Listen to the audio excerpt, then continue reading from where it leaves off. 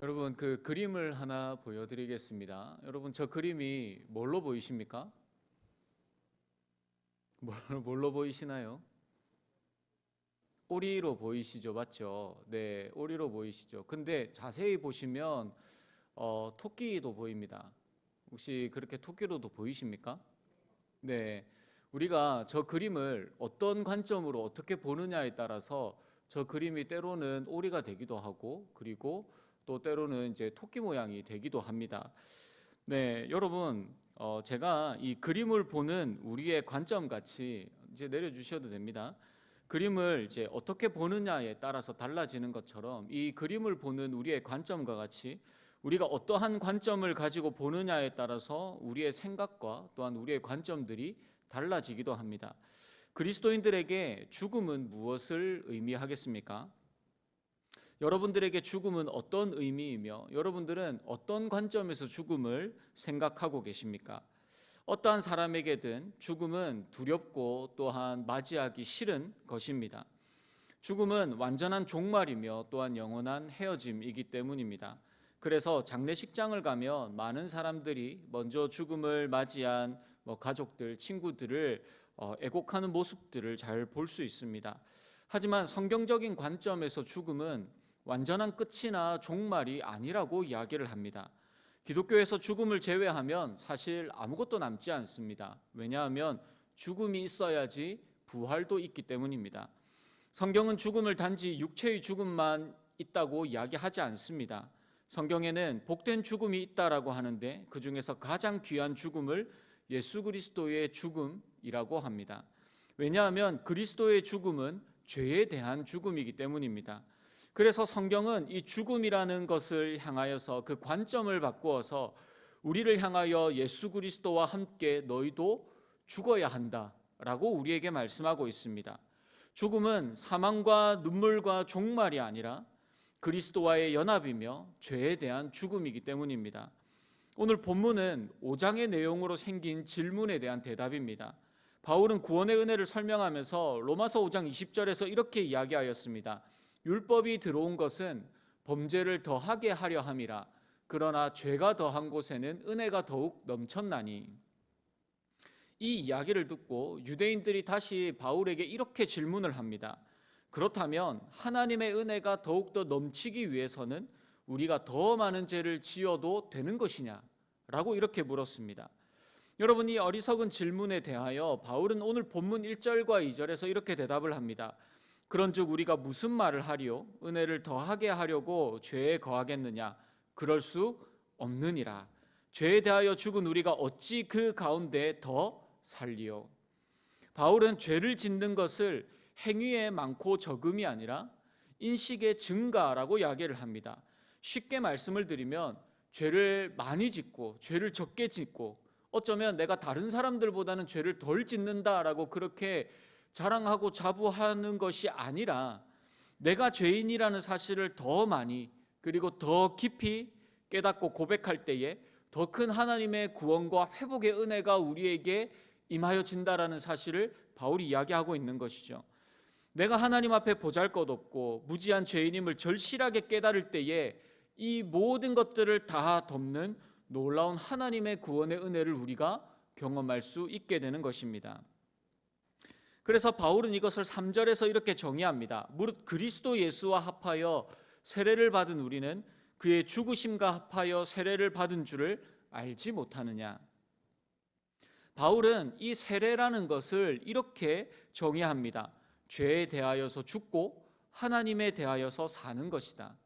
여러분, 우리는 제 분기 때마다 세례와 그리고 학습과 입교식을 합니다. 근데 여러분, 그 가운데서 이 세례가 지닌 참된 의미가 무엇입니까? 세례는 단지 교회의 정회원이 되기 위하여서나 아니면 어떠한 직분의 자격이나 투표권을 행사하기 위하여서 아니면 또한 교회에서 받을 수 있는 여러 가지 유익을 위하여서 시행하는 것이 아닙니다.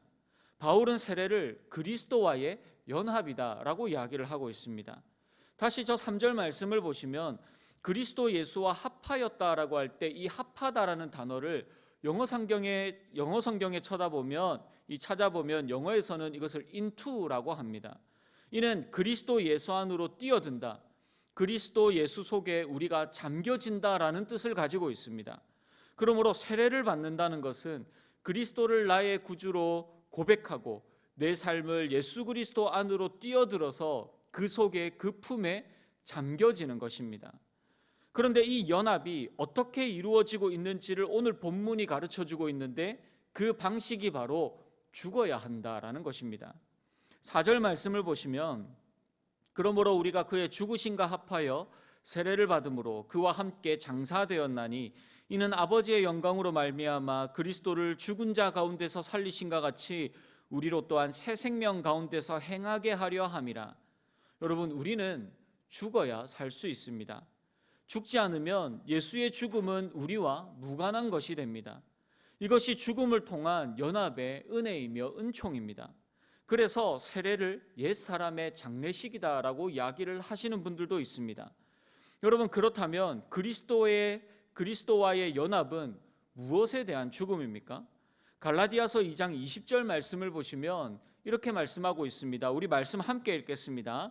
내가 그리스도와 함께 십자가에 못 박혔나니 그런즉 이제는 내가 사는 것이 아니요 오직 내 안에 그리스도께서 사시는 것이라. 이제 내가 육체 가운데 사는 것은 나를 사랑하사 나를 위하여 자기 자신을 버리신 하나님의 아들을 믿는 믿음 안에서 사는 것이라. 아멘. 여러분, 그리스도와의 연합은 우리가 죄에 대하여서 죽는 것입니다. 그리스도의 구원에 감사하며 우리는 이제 더 이상 육신의 욕망에 종노릇하면서 살지 않는 것입니다. 죄의 지배를 받지 않고 예수님의 생명으로 인하여서 거듭난 자로 살아가는 것, 이것이 바로 세례이며 이것이 바로 죽음이며 이것이 바로 예수 그리스도와의 연합이다라고 이야기를 합니다. 그래서 오늘 본문 7절에서 이렇게 이야기를 합니다. 이는 죽은 자가 죄에서 벗어나 의롭다 하심을 얻었습니다.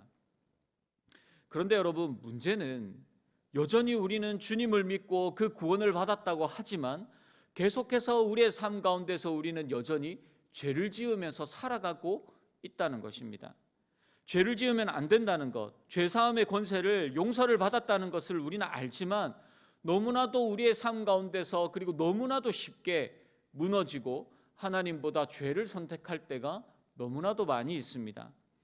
분명히 구원을 받았고 그리스도와 연합하여 세례를 받았는데 왜 계속해서 우리는 죄를 짓고 살아가고 있습니까? 2001년 9월 11일 날 온 세계를 경악하게 만든 미국의 한 사건이 일어나게 됩니다. 여러분 아마 기억하실 것 같은데 탈레반이 2대의 민간 항공기를 탈취하여서 이 미국에 있는 뉴욕의 세계무역센터 쌍둥이 빌딩으로 돌진을 하였습니다. 그래서 수많은 사상자들이 발생한 이 사건으로 인하여서 그해 10월 7일 날 미국은 아프간 침공을 시작하여서 테러를 자행한 이 알카에다와 탈레반을 상대로 전쟁을 벌이게 됩니다. 탈레반의 최고 지도자와 또 고위 인물들이 미군에 의하여서 사망하고 그해 연말에 결국 이 탈레반 정권이 붕괴되어져 버렸습니다. 이후에 나토 병력 주도하에 치안 유지 그리고 수많은 지원들 그리고 탈레반 잔당과의 교전을 계속해서 지속하였습니다. 여러분, 이렇게 시작한 전쟁이 단 2달 만에 미국의 승리로 끝나는가 했지만 지속적인 잔당들의 이 게릴라전으로 인하여서 미국은 그 이후에 20년이 지난 뒤에 공식적으로 그 땅에서 철수하게 됩니다. 여러분, 제가 왜 이 말씀을 드리냐고 하면 우리가 그리스도와의 연합으로 구원과 회개가 임하였음에도 계속해서 죄를 짓고 있는 이유가 바로 여기에 있습니다. 우리 안에 예수 그리스도로 인하여서 구원을 받고 죄에 대하여 죽은 자 되었지만 그럼에도 불구하고 아직까지 남아있는 죄의 잔재들이 우리를 계속해서 공격하고 무너뜨리려고 하고 있기 때문입니다. 하지만 그리스도와의 연합으로 우리에게 달라진 것이 있다면 우리 안에 죄의 욕구는 여전하지만 우리는 죄의 욕구와 욕망의 요구대로 더 이상 살지 않는다는 것입니다. 5절 말씀입니다. 만일 우리가 그의 죽으심과 같은 모양으로 연합한 자가 되었으면 또한 그의 부활과 같은 모양으로 연합한 자도 되리라. 그리스도와 연합한다는 것은 인격의 성숙과 새로운 삶을 살아가는 것입니다. 그리스도의 인격을 닮아감으로 나 자신의 유익을 구하지 아니하고 타인의 유익을 구하는 자, 소유보다 나눔을 실천하고 누군가에게 해를 입히기보다 희생을 선택하는 삶, 이 땅에서의 성공보다는 하늘에서 크다 일컬음을 받음을 사모하는 삶을 우리는 그때부터 살아가게 되는 것입니다. 여러분, 그래서 그리스도인이 된다는 것은 예수 그리스도를 따라가는 것뿐만이 아니라 그리스도와 동일시 되어지는 것, 그리스도와 연합되어지는다는 것을 의미합니다. 즉 내 삶에 나의 욕구와 나의 욕망이 죽고 내 안에 그리스도께서 살아계시는 것입니다. 여러분, 우리 좌우 사람들과 이렇게 인사하겠습니다. 우리는 그리스도인입니다. 우리는 그리스도인입니다. 여러분, 우리가 이렇게 쉽게 인사를 우리는 그리스도인입니다라고 인사합니다. 여러분, 그런데 고린도후서 5장 17절 말씀을 함께 보겠습니다. 우리 5장 17절 말씀 함께 읽겠습니다. 그런즉 누구든지 그리스도 안에 있으면 새로운 피조물이라 이전 것은 지나갔으니 보라 새 것이 되었도다. 아멘. 여러분, 지독하게 변하지 않는 것이 인간의 본성입니다. 제가 어느 책을 보니까 이렇게 기록하고 있습니다. 요즘 교회와 성도는 죽기를 싫어한다. 악착같이 살아서 존재감을 드러내고 싶어한다. 자신을 무시하면 분노하고 증오한다. 너는 죽고 나는 살기를 원한다.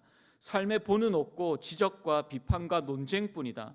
천하보다 귀한 사람의 가치를 무시하고 인간의 존엄성을 너무나도 쉽게 질밟는다 라는 글을 보았습니다. 여러분, 이 글이 다른 사람이 아닌 교회를 다니는, 그리고 우리가 방금 인사했던 우리는 그리스도입니다 라고 이야기를 했던 우리의 이야기다라는 것이죠. 이러한 죄의 본성의 변화가 임하기 위한 유일한 길과 유일한 방법은 오직 예수 그리스도밖에 없습니다.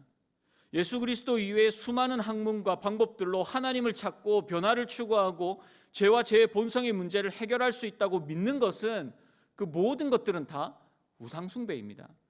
성경은 그리스도와 연합하여서 죄에 대하여서 완전히 죽은 자라고 우리에게 선언하십니다. 여러분, 죽은 자는 생명도 그리고 활동도 생각도 없습니다. 죄에 대하여서 우리가 죽었다는 것은 죄를 지을 능력도 죄를 지을 의지도 없다라는 것을 이야기합니다. 그러므로 죄에 대하여서 죽은 우리 안에 살아있는 것은 오직 내가 아닌 예수 그리스도밖에 없다라는 사실을 우리는 항상 기억해야 합니다. 우리는 예수의 길, 예수의 삶을, 사랑을, 인격을 믿고 배우며 닮아가며 함께 예수 그리스도와 그 길을 걸어가는 자가 되어야 합니다. 말씀을 듣고 순종하기를 고백하는 자는 오직 하나님의 말씀에만 순종하는 자입니다. 말씀에 민감하게 반응하며 삶을 내어드리는 자입니다. 하나님께서 멈추라고 하실 때에 멈추고 돌이키라고 할 때에 회개하며 돌이키는 자가 내 안에 예수 그리스도께서 살아계신 자의 모습이라는 것이죠. 하나님은 우리에게 죄로 향하는 길이 유일한 길이 아니라고 말씀하여 주십니다. 이미 정답이 무엇인지 보여주시고 알려주셨습니다. 우리는 이제 선택하고 그 길을 걸어가야 합니다. 여러분, 우리는 매 순간 선택의 기로에 놓여가면서 살아가고 있습니다. 직장에서 사람을 대할 때에, 무언가를 추구하고 또한 가치를 매길 때에 그것이 나를 위한 것이고 내가 원하는 것인지 아니면 그리스도께서 원하시는 것인지를 매 순간 우리는 기도하면서 고민하면서 우리는 죄의 길이 아닌 예수 그리스도의 길을 선택하고 예수 그리스도의 그 구원의 그 놀라운 역사의 그 길을 우리는 따라가는 자가 되어야 할 것입니다. 예수 그리스도를 선택하고 그리스도와 연합한 자로 살아갈 수 있는 유일한 방법은 내가 죄에 대하여서 죽고 하나님에 대하여서 산 자임을 우리는 인식하고 살아가는 것밖에 방법이 없습니다. 그리고 우리는 이것이 사실임을 알기에 믿음으로 이 사실을 받아들이고 삶으로 그리스도의 인격을 배우면서 우리는 계속해서 우리의 삶을 살아내야 합니다. 여러분, 그러므로 우리의 신앙과 우리의 삶에 중립지대는 없습니다. 한쪽에는 예수 그리스도, 다른 한쪽에는 세상의 양다리를 걸치면서 살아갈 수가 없다는 뜻입니다. 말로만 종교인이 아닌 그리스도와 연합하여 예수와 함께하는 삶을 우리가 살아가고 있습니까? 세상의 많은 유혹과 나 중심적 사고와 내가 살기 위한 죄의 욕망을 선택하지 아니하고 나의 입술과 마음으로 사랑한다라고 지금도 고백하고 있는 그리스도의 인격과 그 그리스도의 성품과 그 그리스도의 십자가의 삶을 온전히 닮아가는, 그리고 그 길을 걸어가는 사랑하는 저와 여러분들의 그 삶이 되기를 주님의 이름으로 소원합니다. 말씀을 정리하겠습니다. 미국 트리니티 대학의 조직신학 교수인 웨인 그루뎀이라는 교수님이 회개는 죄에 대하여 진심으로 슬퍼하는 것, 죄를 버리는 것, 죄를 버리기 위하여서 최선을 다해 그리스도께 순종하며 사는 것이다 라고 그렇게 이야기를 하였습니다. 우리는 의도적으로 예수 그리스도에게 딱 붙어 있어야 하며 또한 그리스도의 삶을 배우고 순종하며 이 땅에서 그리스도로 살아가야 하는 자들입니다. 이제부터 우리가 하는 말 한마디, 행동 하나하나가 그리스도를 나타낸다라는 사실을 기억하고 말하고 행동해야 합니다. 새벽에 열왕기서를 통하여서 아합과 이세벨의 이야기를 묵상하고 있습니다. 엘리야를 통하여서 수많은 기적과 말씀이 그 땅 가운데 그 왕에게 선포되어졌지만 항상 그들의 선택은 자신의 욕망과 그리고 자신의 욕심을 채우기 위한 선택뿐이었습니다. 심지어 나봇의 포도원을 빼앗기 위하여서는 하나님을 믿지 않지만 하나님의 이름을 팔아서 나봇을 죽이고 그 포도원을 빼앗는 악한 모습도 보게 됩니다. 그 마음 안에 죄의 욕심과 욕망이 가득 차 있기에 그들의 입, 그들의 행동, 그들의 생각, 그들의 계획은 모든 것들이 악하고 다른 사람을 해치고 빼앗는 데 사용되어지는 것입니다. 여러분, 지금 내 안에 누가 살아 계십니까? 누가 살아 있습니까? 나는 어떠한 생각을 하고 어떠한 말을 하고 있으며 무엇을 계획하고 무엇을 고민하고 무엇을 하나님 앞에 간구하고 있습니까? 그리스도께서 기뻐하시며 그리스도를 위하여 그리스도를 전하기 위한 말과 삶과 계획과 행동으로 여러분들의 삶이 가득 차기를 소원합니다. 그리스도의 십자가의 복음이 죄를 사하는 것을 넘어서 우리의 삶의 근본적인 변화와 죄의 종노릇이 아닌 그리스도와 함께 연합하여서 영원한 생명을 살아가는 하나님께서 찾으시는 참된 그리스도인의 삶을 살아가시기를 주님의 이름으로 축복합니다.